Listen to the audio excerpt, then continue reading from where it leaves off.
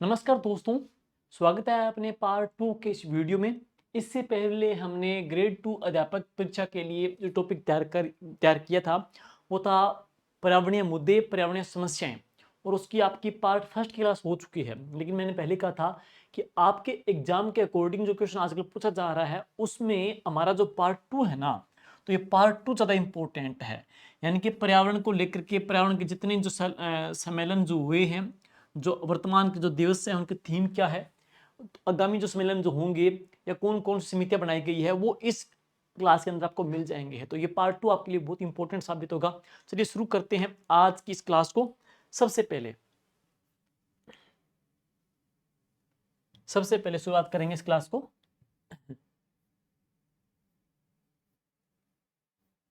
ठीक है, तो बात करेंगे सबसे पहले यहाँ पे पार्ट 2 के इस वीडियो के अंदर है। जो साथी नए हैं इसको लाइक कर दीजिए, शेयर कर दीजिए भाई। सबसे पहले हमने पार्ट फर्स्ट के अंदर है महत्वपूर्ण जो प्रदूषक पढ़े थे, प्रदूषक के जो प्रभाव क्या थे, उसके उपाय क्या थे, वो हमने पढ़े। अब हम बात करेंगे इसी की कड़ी की अगली जो क्लास अपनी रहेगी। इस क्लास में बात कर रहे हैं ग्रीन हाउस जो इफेक्ट है, हरित गृह प्रभाव क्या है। देखिए साथियों, हरित गृह प्रभाव एक प्राकृतिक घटना है जो कि लाखों वर्षों से पृथ्वी पर होती रही है, और पृथ्वी पर कुछ वायुमंडलीय गैसें हरित गृह के समान काम करती है। अर्थात पृथ्वी के निचले वायुमंडल में कुछ गैसें हरित गृह की भांति आने वाली सौर विकिरण, लघु तरंग दैर्ध्य के लिए पारंग बहिर्गामी, पार्थिव विकिरण, धरातलीय तरंगे दीर्घ तरंग के लिए अपारगम्य होती है, जिससे धरातल के आसपास का तापमान वो बढ़ जाता है, और वो क्या कहलाता है, उसको हरित गृह प्रभाव कहते हैं। हरित गृह प्रभाव के लिए कौन कौन सी गैसें उत्तरदायी है और उनका रेशो कितना है, प्रतिशत कितना है। सबसे पहले बात करेंगे कार्बन डाइऑक्साइड है प्रमुख ग्रीन हाउस गैस में सर्वाधिक जो सांद्रण किसका, CO2 का है, जो कि कब कितना योगदान करती है, 60% से अधिक योगदान क्या है, CO2 गैस का है। नेक्स्ट पढ़ेंगे CH4 मीथेन का, उसका कितना है, 20% आ जाएगा। CFC का पढ़ेंगे कितना है, 14% आ जाएगा। और नाइट्रस ऑक्साइड कितना है, तो ये 5 से 6% आ जाएगा। बाकी जल वाष्प धूल के कण है 1% है, और O3 है, O3 पढ़ेंगे, ओजोन पढ़ेंगे, वो कितनी आ जाएगी, 1% आ जाएगी है। सर्वाधिक इसमें 60% जो रोल है वो किसका है, कार्बन डाइऑक्साइड का इसमें है। नेक्स्ट है H2O, जल वाष्प एकमात्र ऐसी गैस है जो हरित गृह प्रभाव के लिए तो उत्तरदायी है, परंतु ग्लोबल वार्मिंग हेतु उत्तरदायी नहीं है। तो ग्लोबल वार्मिंग के लिए उत्तरदायी नहीं है, लेकिन ग्रीन हाउस इफेक्ट के लिए उत्तरदायी है। तो वह क्या है, H2 यानी कि जल वाष्प है। और क्योंकि इसकी मात्रा बढ़ने पर यह वर्षा के रूप में पुनः धरातल पर आ जाती है, तो H2O। नेक्स्ट है HFC को सुपर ग्रीन हाउस गैस कहते हैं। देखो, हरित गृह जैसे प्राकृतिक रूप से पृथ्वी के लिए कंबल का काम करेगी, और जिसमें पृथ्वी का औसत तापमान 15 डिग्री से बना रहता है, 15 डिग्री बना रहता है, इससे है और जीवन संभव हो पाता है। परंतु मानव जनित ग्रीन हाउस गैसों के उत्सर्जन में वृद्धि से इन गैसों का प्राकृतिक संतुलन है वो बिगड़ता जा रहा है। पृथ्वी के निचले वायुमंडल के तापमान में वृद्धि होती है, जो जीव जगत के लिए बहुत हानिकारक है। नेक्स्ट है ग्रीन हाउस गैसों में सर्वाधिक सांद्रण किसका है, कार्बन डाइऑक्साइड का है, जो मैंने पीछे पढ़ लिया था कि तकरीबन कितना परसेंट है, 60% है। CO2 का उत्सर्जन जीवाश्म ईंधन, तेल, गैस, कोयलों के दहन से होता है, CO2 का उत्सर्जन है। जंगलों की कटाई से भी CO2 की मात्रा बढ़ती है। वन तथा महासागरीय CO2 के कुंड होते हैं। अपने स्रोतों में हुए परिवर्तनों को समंजित करने में CO2 को 20 वर्ष लगते हैं। वापिस सुनिएगा, अपने स्रोतों में परिवर्तनों को समंजित करने में CO2 को कितने साल लगते हैं, 20 साल लगते हैं। CO2 की मात्रा 0.5% की वार्षिक दर से बढ़ रही है। तो ये अच्छा प्रश्न है, CO2 की मात्रा है 0.5% की वार्षिक दर से भी बढ़ रही है। हरित गृह प्रभाव में वृद्धि के दुष्परिणाम क्या क्या हो सकेंगे। पृथ्वी का जो औसत तापमान है वो बढ़ेगा भाई, बरसात में वृद्धि होगी, वाष्पीकरण बढ़ने से है। तापमान में वृद्धि से ध्रुवीय क्षेत्रों की बर्फ का पिघलना भी होगा। समुद्रों के जल स्तर में वृद्धि होगी, जैसे तटीय भाग डूबने का खतरा रहता है। और कृषि पर वर्षा प्रतिरूप से परिवर्तन होने से इसका नेगेटिव इफेक्ट पड़ेगा है। जैव विविधता में कमी आ जाएगी है, और जीव जंतुओं और वनस्पति के ऊपर प्रभाव पड़ेगा। तटीय डूबने से वहां की वनस्पति जलमग्न हो जाएगी है। ताप सहन करने की कम क्षमता वाले जीव जंतु व वनस्पतियों को ह्रास होगा। तापमान वृद्धि से ग्लोबल वार्मिंग जैसी घटना में होने में वृद्धि होगी है। अब है ग्लोबल वार्मिंग और जलवायु परिवर्तन। वर्तमान की सबसे बड़ी जो हम कह सकते हैं समस्या है वो है ग्लोबल वार्मिंग, क्लाइमेट चेंज है। इसी को लेकर के सम्मेलन और होते रहते हैं। तो हम बात करेंगे ग्लोबल वार्मिंग और जलवायु परिवर्तन है। देखो साथियों, CO2 व अन्य ग्रीन हाउस गैसों की सांद्रता बढ़ने से ग्रीन हाउस में वृद्धि हुई, जिससे वैश्विक पटल पर तापमान बढ़ा है। इसे ग्लोबल वार्मिंग या भूमंडलीकरण भी कहते हैं। इसको भूमंडलीय उष्मन भी कहा जाता है। इसी के सारे नाम पढ़ेंगे हैं। एक अनुमान के अनुसार पिछले 50 सालों में पृथ्वी का औसत तापमान लगभग है 1 डिग्री सेंटीग्रेड है वो बढ़ चुका है, और 21वीं सदी के मध्य तक है 2050 तक है पर्यावरण में CO2 की मात्रा औद्योगिक युग यानी कि 1860 ईस्वी से पूर्व की तुलना में डबल हो जाएगी। और इसके परिणाम स्वरूप है सन 2050 ईस्वी तक पृथ्वी का औसत तापमान 1.5 डिग्री सेंटीग्रेड से 4.5 डिग्री सेंटीग्रेड तक है बढ़ जाएगा। और बरसात, तापमान, हिम, पवन प्रतिरूप में व्यापक बदलाव होंगे। भूमंडलीय तापमान से जलवायु का प्रतिरूप बदल सकता है, और इससे इस सदी के अंत तक महासागरों का जल स्तर है 1.5 मीटर बढ़ जाने की संभावना है। महासागरीय जल स्तर बढ़ने से तटीय जो भाग द्वीप देशों के डूबने का खतरा रहता है। जैसे कौन सी? प्रशांत महासागर के द्वीप है, टोरा है, सोलोमन है, मार्शल है, नोरू है, तवालू है और किरिबाती है। हिंद महासागर की बात करेंगे तो कौन सा जगह? मालदीव पढ़ेंगे है। 20वीं सदी में सर्वाधिक तापमान 2 अवधियों में हुआ है, एक 1901 से लेकर 1944 एवं एक पढ़ेंगे 1977 से लेकर 1999। इन दोनों में प्रत्येक अवधि में भूमंडलीय उष्मन है 0.4 डिग्री बढ़ा है। 20वीं सदी का औसत तापमान 19वीं सदी की तुलना में 0.6 डिग्री अधिक था। वापिस सुनिएगा, 20वीं सदी का औसत तापमान 19वीं सदी की तुलना में 0.6 डिग्री अधिक था। और 1956 से लेकर के वर्ष 2000 के बीच में सबसे गर्म वर्ष अंतिम दशक रहा है। वो कौन सा रहा? 1990 से लेकर 2000 तक का सबसे गर्म दशक रहा है। और संभवतः 1998 संभवतः न केवल 20वीं सदी का बल्कि पूरी सहस्त्राब्दी का सबसे गर्म वर्ष था। तो सबसे गर्म जो वर्ष माना गया तो वह कौन सा माना गया? 1998 का सबसे गर्म वर्ष माना गया है। ग्लोबल वार्मिंग के भाई प्रभाव क्या क्या है? सबसे पहले पढ़ेंगे विश्व का तापमान बढ़ना, कम तापमान क्षमता वाली पादप व जीव जंतुओं की प्रजातियों का नकारात्मक प्रभाव है। ध्रुवीय क्षेत्रों की बर्फ का पिघलना भी है। समुद्र का जल स्तर बढ़ना है, इसलिए किरबाती व अन्य द्वीपीय देश है गौरव संघ स्थानांतरण की मांग कर रहे हैं। भारत के तटीय शहर यानी कि मुंबई, कोलकाता, विशाखापट्टनम आदि के समुद्र तल में बदलाव हो रहा है इससे। और तटीय क्षेत्र व द्वीपीय देशों को डूबने से जनसंख्या विस्थापन, स्थानांतरण है, वहां का खतरा, वहां की वनस्पति नष्ट होने से जैव विविधता का भी ह्रास हो रहा है, जैव विविधता कम होती जा रही है। अनियमित बरसात है, बरसात का भी एक वेग नहीं रहता है, कभी अतिवृष्टि रहती है, कभी अनावृष्टि रहती है। तो बरसात में भी एक स्थिरता, एक रूपता नहीं रहती है। और बीमारियों के स्तर में वृद्धि हो रही है। तापमान 3 से 5 डिग्री बढ़ने से मलेरिया के स्तर में 60% तक की वृद्धि हो सकती है, ठंडे प्रदेशों के अंदर बताया गया है। जबकि कृषि प्रतिरूप पर नकारात्मक प्रभाव भी इसमें देखने को मिलेगा। ऋतु का चक्कर है बदल जाएगा। तापमान वृद्धि और अधिक बरसात के कारण है। एलिनो जो प्रभाव में वृद्धि होगी, चक्रवातों की आवृत्ति वो बढ़ जाएगी है। और वैश्विक तापमान में वृद्धि से सर्वाधिक 6 देश प्रभावित होंगे। नेपाल है, मालदीव है, बांग्लादेश है, भूटान है, पाकिस्तान और श्रीलंका है। वैश्विक तापमान वृद्धि होने से 6 देश प्रभावित होंगे। नेक्स्ट पढ़ेंगे खगोलीय कारण है। सौर कलंक एवं सौर्यिक ऊर्जा में परिवर्तन होगा।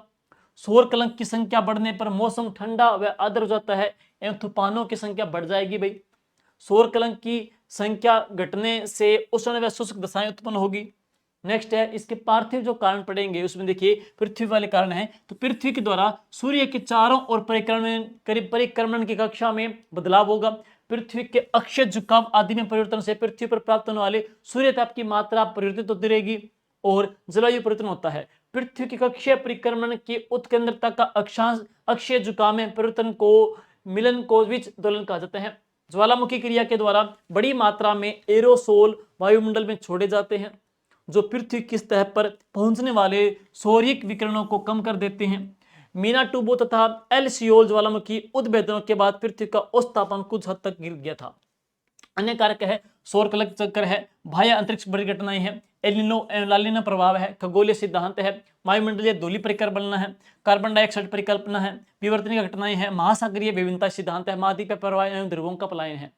और अब बात करेंगे नेक्स्ट है पर्यावरण से संबंधित महत्वपूर्ण कौन कौन से दिवस हैं। यहां से प्रश्न आपका बन सकता है, आजकल इन्हीं के प्रश्न ज्यादा आते हैं। अब ये चीज आराम से देखिए, देखो विश्व पर्यावरण दिवस 5 जून 2025 की थीम क्या थी? एंडिंग प्लास्टिक पोल्यूशन ग्लोबली है। वापिस सुनिएगा, वैश्विक पर्यावरण जो दिवस है उसकी थीम थी ending plastic pollution and globally है। नेक्स्ट है विश्व पर्यावरण दिवस 2024 की बात करेंगे। 2024 की जो थीम थी वो क्या थी? Land restoration, desertification and drought resilience है। और वैश्विक आर्द्रभूमि है, 2 फरवरी को वेटलैंड यानी कि नम भूमि दिवस मनाते हैं। और 2025 की बात करेंगे तो protecting wetland for our common future है। Protecting wetland for our common future है, वो थीम रखी गई थी। वेटलैंड यानी कि विश्व आर्द्रभूमि दिवस की है। लेकिन विश्व पर्यावरण दिवस 2025 की थीम पूछ लिया आपसे तो एंडिंग प्लास्टिक पॉल्यूशन ग्लोबली ये थीम रखी गई है। 2025 की इंपॉर्टेंट ज्यादा रहेगी है। 2025 का ही आपका नम भूमि दिवस की थीम पूछ सकते हैं। 2024 की इतनी खास लगती नहीं। वेटलैंड एंड ह्यूमन वेलबींग है, वेटलैंड एंड ह्यूमन वेलबींग है, ये 2024 की इसकी थीम है। नेक्स्ट है विश्व जल दिवस है, तो 22 मार्च को विश्व जल दिवस मनाया जाता है। 2025 की जो थीम थी वो क्या थी? ग्लेशियर प्रिजर्वेशन है, ग्लेशियर प्रिजर्वेशन है, ये थीम 2025 की है। 2024 की जो थीम थी वो क्या थी? वाटर फॉर पीस, शांति के लिए जल है, ये थीम रखी गई थी 2024 की है। विश्व पृथ्वी दिवस है, यानी कि 22 अप्रैल 2025 को विश्व पृथ्वी दिवस की जो थीम क्या थी? आवर पावर आवर प्लेनेट है, आवर पावर आवर प्लेनेट है, ये विश्व अर्थ डे, विश्व पृथ्वी दिवस की थीम थी 2025 की। और 2024 की थीम क्या है? प्लेनेट वर्सेज प्लास्टिक है, प्लेनेट वर्सेज प्लास्टिक, ये थीम थी 2024 की। जबकि आवर पावर आवर प्लेनेट है 2025 की थीम थी। बायोडाइवर्सिटी यानी कि विश्व जैव विविधता दिवस कब बनाया जाता है? 22 मई को बनाते हैं। और 2025 की जो थीम है वो क्या है? Harmony with nature and sustainable development है, harmony with nature and sustainable development है 2025 बायोडाइवर्सिटी की थीम है। जबकि 2024 की है B part of the plan, B part of the plan 2024 की थीम है, बायोडाइवर्सिटी की है। विश्व ओजोन दिवस कब बनाते हैं? विश्व ओजोन दिवस कब मनाया जाता है? 16 सितंबर को विश्व ओजोन दिवस मनाया जाता है। और 2024 की जो थीम की मैं बात करूंगा तो ozone for life 35 years of global cooperation है, ये इसकी थीम रखी गई थी है। और अन्य प्रमुख दिवस कौन कौन से हैं? देखो साथियों, 20 मार्च को विश्व गौर्या दिवस मनाया जाता है, 20 मार्च को विश्व गौर्या दिवस मनाते हैं। 21 मार्च को वर्ल्ड फॉरेस्ट यानी कि विश्व वानिकी दिवस के रूप में मनाया जाता है। 31 मई को विश्व तंबाकू विरोधी दिवस मनाते हैं। 17 जून को विश्व मरुस्थलीकरण एवं सूखा रोकथाम दिवस मनाते हैं। 17 जून को वर्ल्ड डेजर्ट डे मनाते हैं, विश्व मरुस्थलीकरण दिवस है। 2 दिसंबर को भोपाल गैस त्रासदी है, भोपाल गैस त्रासदी है, MIC मिथाइल आइसोसाइनेट गैस का रिसाव हुआ और इसको राष्ट्रीय प्रदूषण दिवस कहते मनाते हैं। 5 दिसंबर को विश्व मृदा दिवस मनाते हैं। तो विश्व जो मृदा दिवस है कब मनाते हैं? 5 दिसंबर को मनाया जाता है। नेक्स्ट है, अब ये इंपॉर्टेंट है, प्रमुख सम्मेलन कौन कौन से हैं? जलवायु को लेकर के, पर्यावरण को लेकर कौन कौन से सम्मेलन हुए हैं, इनका प्रश्न आपके बन सकता है। सबसे पहले न्यूयॉर्क सम्मेलन है जिसको बोलते हैं COP22, COP22 है, ये कहां पे हुआ था? USA में हुआ था। कब? 2016 में हुआ था। पेरिस समझौते पर हस्ताक्षर किए गए थे, जलवायु परिवर्तन के ऊपर ये सम्मेलन हुआ था। फिर है मैड्रिड सम्मेलन जिसको COP25 कहते हैं, जो स्पेन में 2019 के अंदर है। फिर है ग्लासगो सम्मेलन, COP26 कहते हैं, ये स्कॉटलैंड में वर्ष 2020 में होना था लेकिन कोरोना महामारी की वजह से स्थगित हो गया। फिर ग्लासगो शिखर सम्मेलन COP26 है, ये स्कॉटलैंड 2021 के अंदर हुआ और इसके यूके व इटली के द्वारा संयुक्त रूप से मेजबानी की गई और स्वच्छ ऊर्जा के ऊपर सहकारी प्रयास किए गए। ग्लोबल वार्मिंग को 1.5 डिग्री सेंटीग्रेड से नीचे रखना इसका लक्ष्य रखा गया था। और हम बात करेंगे उत्सर्जन की घोषणा है, तो नाइट्रोजन उत्सर्जन की घोषणा है। अब पढ़ेंगे अल शेख सम्मेलन है, तो ये कहां पे हुआ है? मिस्र के अंदर हुआ। कब? 2022 के अंदर है। वैश्विक तापमान को नियंत्रण करने के साथ साथ में क्षति के समाधान को एजेंडे में शामिल करना है। अब है दुबई सम्मेलन है, ये कोप इसको 28 कहते हैं, ये UAE के अंदर हुआ था। कब? 2023 में हुआ था। 2030 तक वैश्विक पटल पर नवीकरणीय ऊर्जा क्षमता 3 गुना करना है, जीवाश्म ईंधन से दूर जाना है और क्विजल ग्लोबल स्कॉटलैंड टेक्स्ट GST को लागू करना है। अब है बाकू सम्मेलन। ये बाकू सम्मेलन इंपॉर्टेंट है भाई, दोनों सम्मेलन इंपॉर्टेंट है, बेलेम सम्मेलन और बाकू सम्मेलन है। तो बाकू सम्मेलन कोप 29 के रूप में जाना जाता है, जो अजरबैजान यानी कि बाकू के अंदर हुआ था, 2024 के अंदर हुआ था।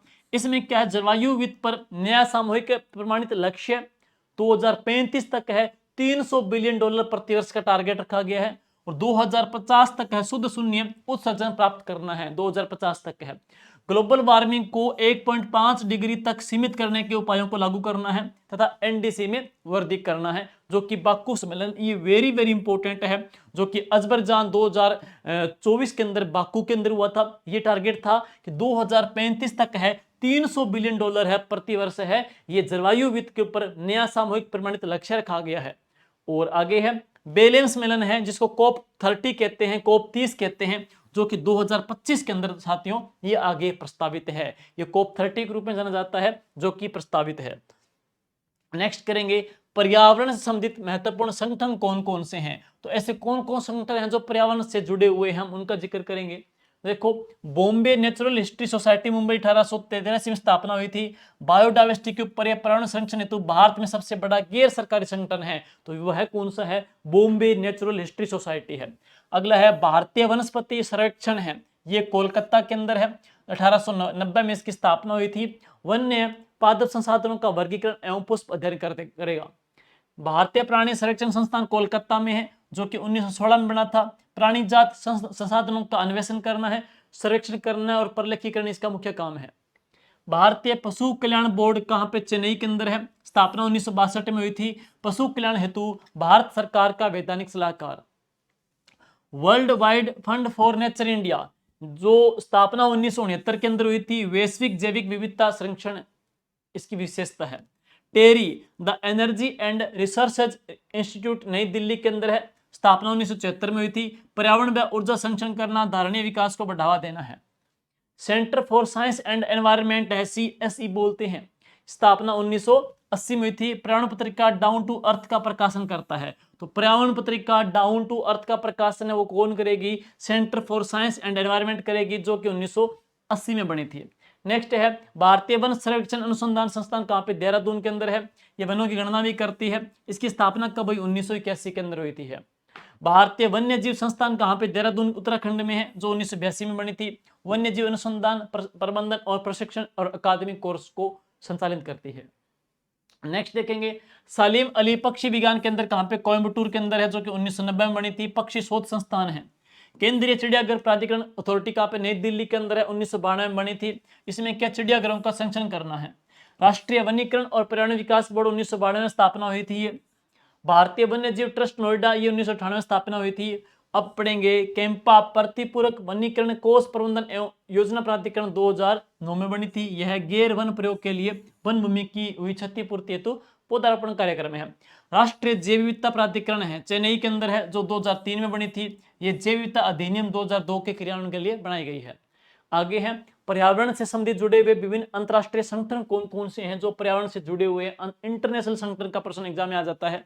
तो पहले पढ़ेंगे वर्ल्ड लाइफ इंटरनेशनल है, जो कि 1922 में बना था।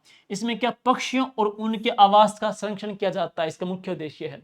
फिर है प्राकृतिक संरक्षण एवं अंतरराष्ट्रीय संघ, IUCN, वेरी वेरी इंपॉर्टेंट है भाई। ये कहाँ पे, जिनेवा स्विट्जरलैंड में है, जो कि 1948 में बनाया गया था। इसमें क्या, संकटग्रस्त जीव जंतुओं के लिए रेड डाटा बुक जारी करता है। तो संकटग्रस्त जीव जंतुओं के लिए रेड डाटा बुक है वो कौन जारी करेगा, IUCN करेगा, जो है कहाँ पे, जिनेवा स्विट्जरलैंड में है, स्थापना 1948 में हुई थी। नेक्स्ट है world wild life, WWF, Switzerland के अंदर है, जो कि 1961 में बनी थी।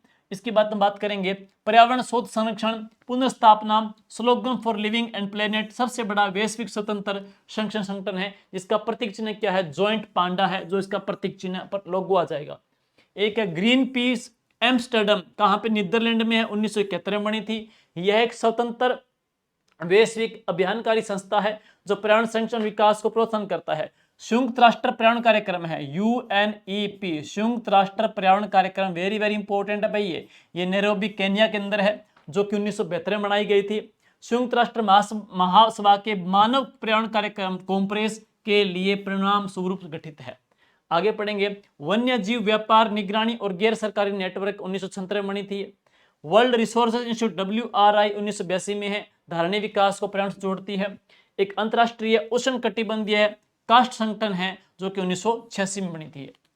और आगे इसके अलावा भी और है, जलवायु चैलेंजेस पर है अंतर सरकारी पैनल है IPCC, जो कहाँ पे जेनेवा स्विट्जरलैंड में 1988 में बना है। ये यूनाइटेड नेशनल कोरम ऑन है, ऑन तो फॉरेस्ट, ये 2000 में बना था। यह सभी तरह के वनों के संरक्षण, प्रबंधन और सतत विकास को बढ़ावा देती है। वन्य जीव तस्करी के विरुद्ध संगठन है CAWT, 2005 में बनी थी। वन कार्बन भागीदारी सुविधा भागीदारी है। और वेटलैंड इंटरनेशनल नीदरलैंड है, ये 1996 में बनी है। आर्द्र भूमि का संरक्षण करना मुख्य काम है। वर्ल्ड वॉच इंस्टीट्यूट है तो 1976 में बनी थी है। वर्ल्ड नेचर ऑर्गेनाइजेशन है, ये पढ़ेंगे पर्यावरण संरक्षण हेतु वैश्विक अंतर सरकारी संगठन है। और इसके बाद में है जलवायु परिवर्तन से संबंधित कुछ कौन कौन से सम्मेलन है। ऐसे सम्मेलन जो मुख्य उद्देश्य क्या है, जलवायु परिवर्तन से जुड़े हुए हैं। तो सबसे पहले आप देखेंगे जलवायु परिवर्तन पर संयुक्त राष्ट्र का फ्रेमवर्क है, ये 1994 का है। जलवायु परिवर्तन पर प्रथम बहुपक्षीय सम्मेलन था जो कि 1994 का था, जिसमें रियो अर्थ समिट 1992 से संबंधित देश थे शामिल हो गए। इसके सदस्य सार्वभौमिक के करीब है। कन्वेंशन को सत्यापित करने वाले देशों की संख्या कितनी है, 197 है। स्थापना 1994 में हुई।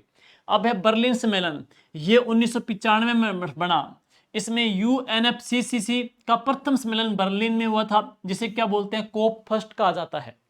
नेक्स्ट है क्योटो प्रोटोकॉल है, ये 1997 में बना था। UNFCCC से जुड़ा एक अंतरराष्ट्रीय समझौता है जो अंतरराष्ट्रीय रूप से बाध्यकारी उत्सर्जन कटौती लक्ष्यों को पार्टियों हेतु प्रतिबद्ध करता है, परंतु यह 16 फरवरी 2005 से कार्यशील है और इसे COP 30 कहते हैं। कार्बन क्रेडिट की अवधारणा यहीं से आई है। तो कार्बन क्रेडिट की जो अवधारणा है, कार्बन क्रेडिट की जो अवधारणा है वो कहाँ से आई है, तो क्योटो प्रोटोकॉल से आई है। वेरी वेरी इंपॉर्टेंट है, क्योटो प्रोटोकॉल 1997 का है। नेक्स्ट है बाली सम्मेलन, ये 2007 का है। UNFCCC का ये 13वां सम्मेलन है जिसको COP 13 कहते हैं। इस सम्मेलन में बाली रोड मैप को अपनाया गया था। समन या न्यूनीकरण एवं अनुकूलन अवधारणा पहली बार यहीं से आई थी। नेक्स्ट है कानकून सम्मेलन, ये 2010 का है।